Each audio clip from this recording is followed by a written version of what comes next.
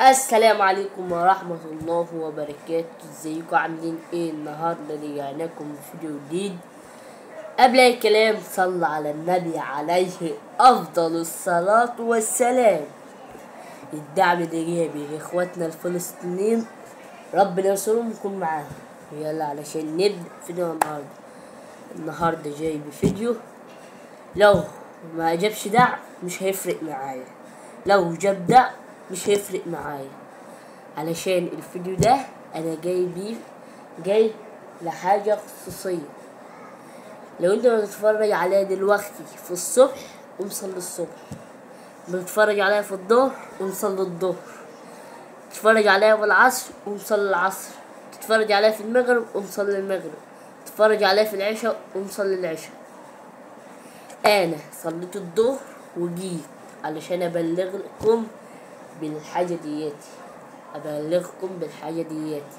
بعد ما تصلي وتخلص اكتب في الكومنتات صلى على سيدنا محمد عليه افضل الصلاة والسلام، وقول انا صليت، وحط لايك علشان اعرف اللي انت عملت ده، وصلى على سيدنا محمد عليه افضل الصلاة والسلام اللي هيشفع لك يوم القيامة. وجاي اقول حتة كده، هي حتة انا سمعتها دلوقتي في منصة التيك توك.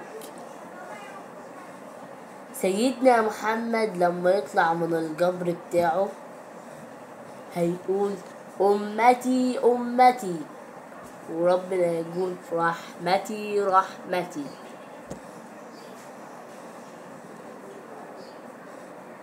تمام، عايزك تصلي على سيدنا محمد عليه افضل الصلاة والسلام، وقوم صلي واقرا شوية قرآن. تمام،